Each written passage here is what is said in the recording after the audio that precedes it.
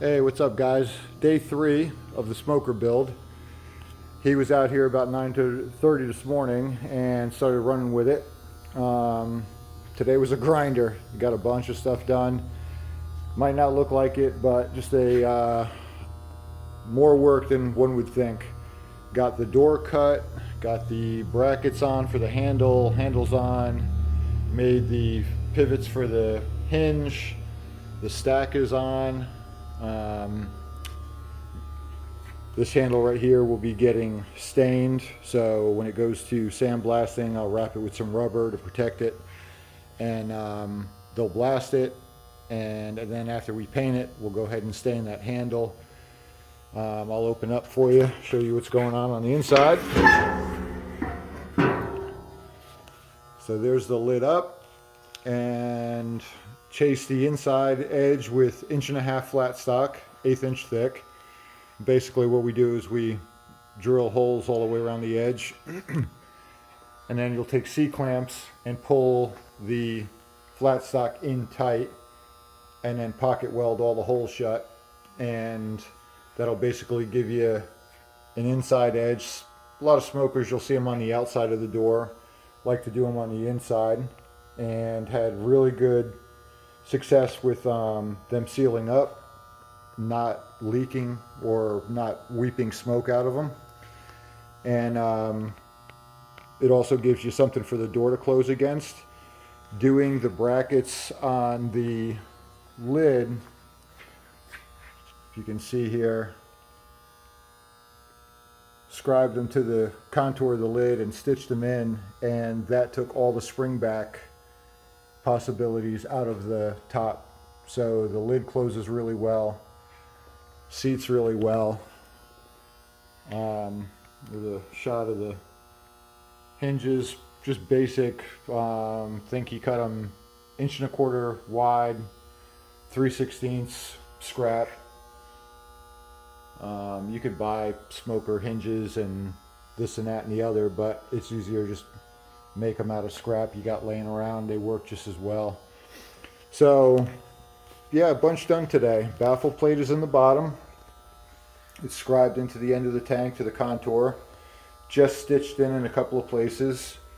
Had to do it in 2 pieces because to get it in there. End of the tank is open. Put some 3/4 angle iron runners in, and that will be for what's technically going to be the middle shelf, because with the diameter of these short fat tanks, there's a bunch of room between these runners and the baffle plate. So probably what we're going to do is put in another set and have just a lower drop-in shelf, so you can utilize that one, the middle one, and then we're also going to do an upper one that have 3 racks in it, and you can configure it however you want. All 3 of them will be removable for larger cooks, or if you just wanted to do a bunch of ribs and they were flat, you could put all 3 trays in, or use 2 if you're doing some Bostons. Whatever you want to do. The stack is a little long on the inside. We went off of the numbers on my smoker, not really figuring in the different diameter of the tank, and also kind of where it fell. So we're going to trim that up in the morning. It'll still draw completely fine. We've got great, perfect opening between the firebox and the cook chamber, and the 4-inch stack with that height, which total is sticking out is about 40 inches. And I've realized and learned at that height that it draws really well. As long as you've got a good amount of airflow coming into the firebox, a stack this size, 4-inch at 40 inches, will draw really well. So the top of it, we still need to make the cap for it. It'll be on a 1/2-inch rod that'll pivot, be spring loaded. Nice option to be able to choke the stack if you have to, but another nice part about it is you can turn it and close it and keep rain or any kind of weather out of it if it's not under a covered porch or something like that, a covered cook area. If it's just out in the yard exposed like mine, it keeps all the weather and the rain and whatnot out of it. So just something nice to have. We got the griddle top cut today. Just have to picture frame that with some angle iron, and that's going to go on tomorrow. The end of this tank's going to get welded up and the plate put over it tomorrow. He's got a little welding to do on the back side of the firebox where it meets the tank. That's still got to be filled in.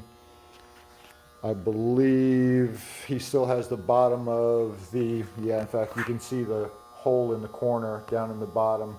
He's got to weld the bottom of that angle iron up tomorrow and fill in that hole. Marked it out. It's kind of tough to scribe in a square box into that rounded end. So that'll get filled with weld and closed up, not a big deal.